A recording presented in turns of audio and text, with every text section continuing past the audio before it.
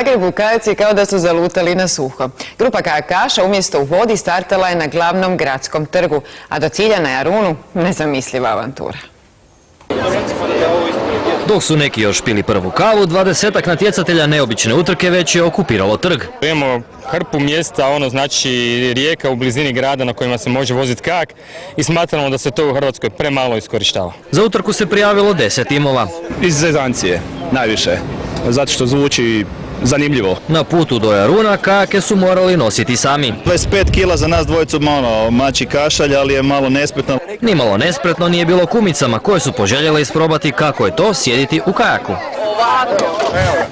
Vesela družina uz pokoj i zastoj i začuđeni pogled ubrzo je došla do prvog izazova u kojem je cilj bio staviti što više ljudi u jedan kajak. Pažljivo,